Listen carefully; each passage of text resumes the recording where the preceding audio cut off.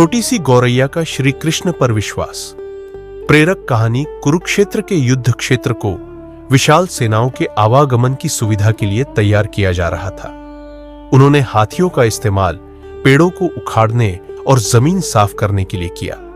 ऐसे ही एक पेड़ पर एक गौरैया अपने 4 बच्चों के साथ रहती थी। जब उस पेड़ को उखाड़ा जा रहा था तो उसका घोंसला जमीन पर गिर गया, लेकिन चमत्कारी रूप से उसकी संतानें अनहोनी से बच गई। लेकिन वो अभी बहुत छोटे होने के कारण उड़ने में असमर्थ थी।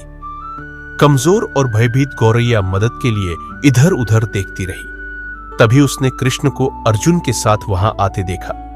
वे युद्ध के मैदान की जांच करने और युद्ध की शुरुआत से पहले जीतने की रणनीति तैयार करने के लिए वहां गए थे। उसने कृष्ण के रथ तक पहुंचने के लिए अपने छोटे पंख फड़फड़ाए और किसी प्रकार श्री कृष्ण के पास पहुंची। हे कृष्ण, कृपया मेरे बच्चों को बचाए, क्योंकि लड़ाई शुरू होने पर कल उन्हें कुचल दिया जाएगा। सर्वव्यापी भगवान बोले, मैं तुम्हारी बात सुन रहा हूं, लेकिन मैं प्रकृति के कानून में हस्तक्षेप नहीं कर सकता। गौरैया ने कहा, हे भगवान, मैं जानती हूं कि आप मेरे उद्धार करता है। मैं अपने बच्चों के भाग्य को आपके हाथों में सौंपती हूं। अब यह आपके ऊपर है कि आप उन्हें मारते हैं या उन्हें बचाते हैं। काल चक्र पर किसी का बस नहीं है।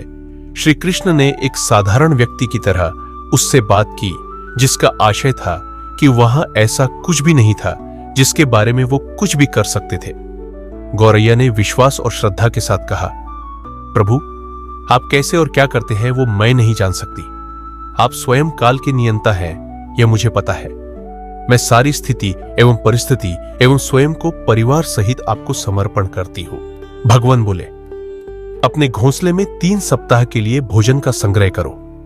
गौरैया और श्री कृष्ण के संवाद से अनभिज्ञ अर्जुन गौरैया को दूर भगाने की कोशिश करते हैं। गौरैया ने अपने पंखों को कुछ मिनटों के लिए फुलाया और फिर अपने घोंसले में वापस चली गई। 2 दिन बाद शंख के उद्घोष से युद्ध शुरू होने की घोषणा की गई।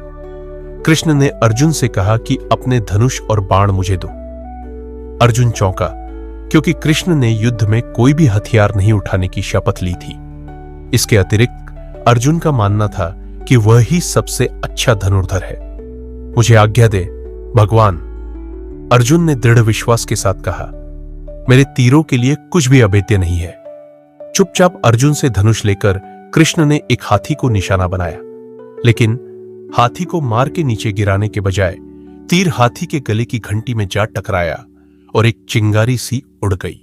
अर्जुन ये देखकर अपनी हंसी नहीं रोक पाई कि कृष्ण एक आसान सा निशान चूक गए। क्या मैं प्रयास करूं? उसने स्वयं को प्रस्तुत किया। उसकी प्रतिक्रिया को नजरअंदाज करते हुए कृष्ण ने उन्हें धनुष वापस दिया और कहा कि कोई और कार्रवाई आवश्यक नहीं है। लेकिन केशव, आपने हाथी को क्यों तीर मारा? अर्जुन ने पूछा। क्योंकि इस हाथी ने उस गौरैया के आश्रय उसके घोंसले को, जो कि एक पेड़ पर था, उसको गिरा दिया था। कौन सी गौरैया? अर्जुन ने पूछा। इसके अतिरिक्त हाथी तो अभी स्वस्थ और जीवित है, केवल घंटी ही टूटकर गिरी है। अर्जुन के सवालों को खारिज करते हुए कृष्ण ने उसे शंख फूंकने का निर्देश दिया। युद्ध शुरू हुआ। अगले 18 दिनों में कई जानें चली गई। अंत में पांडवों की जीत हुई। एक बार फिर कृष्ण अर्जुन को अपने साथ सुदूर क्षेत्र में भ्रमण करने के लिए ले गए। कई शव अभी भी वहां है जो उनके अंतिम संस्कार का इंतजार कर रहे हैं। जंग का मैदान गंभीर अंगों और सिर बेजान सीढ़ियों और हाथियों से अटा पड़ा था। कृष्ण एक निश्चित स्थान पर रुके और एक घंटी जो कि हाथी पर बांधी जाती थी उसे देखकर विचार करने लगे। अर्जुन, उन्होंने कहा, क्या आप मेरे लिए यह घंटी उठाएंगे और इसे एक तरफ रख देंगे? निर्देश बिल्कुल सरल था, परंतु अर्जुन के समझ में नहीं आया। आखिरकार विशाल मैदान में जहां बहुत सी अन्य चीजों को साफ करने की जरूरत थी, कृष्ण उसे धातु के एक टुकड़े को रास्ते से हटाने के लिए क्यों कहेंगे? उसने प्रश्नवाचक दृष्टि से उनकी ओर देखा। हां, यह घंटी, कृष्ण ने दोहराया। यह वही घंटी है जो हाथी की गर्दन पर पड़ रही थी, जिस पर मैंने तीर मारा था। अर्जुन बिना किसी और सवाल के भारी घंटी उठाने के लिए नीचे झुका। जैसे ही उन्होंने इसे उठाया, उसकी हमेशा के लिए जैसे दुनिया बदल गई। 1, 2, 3, 4 और 5, 4 युवा पक्षियों और उसके बाद एक गौरैया उस घंटी के नीचे से निकले।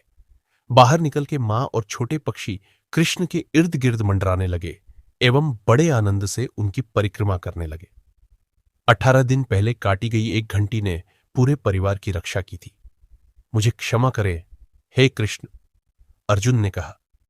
आपको मानव शरीर में देखकर और सामान्य मनुष्य मैं भूल गया था कि आप वास्तव में कौन हैं।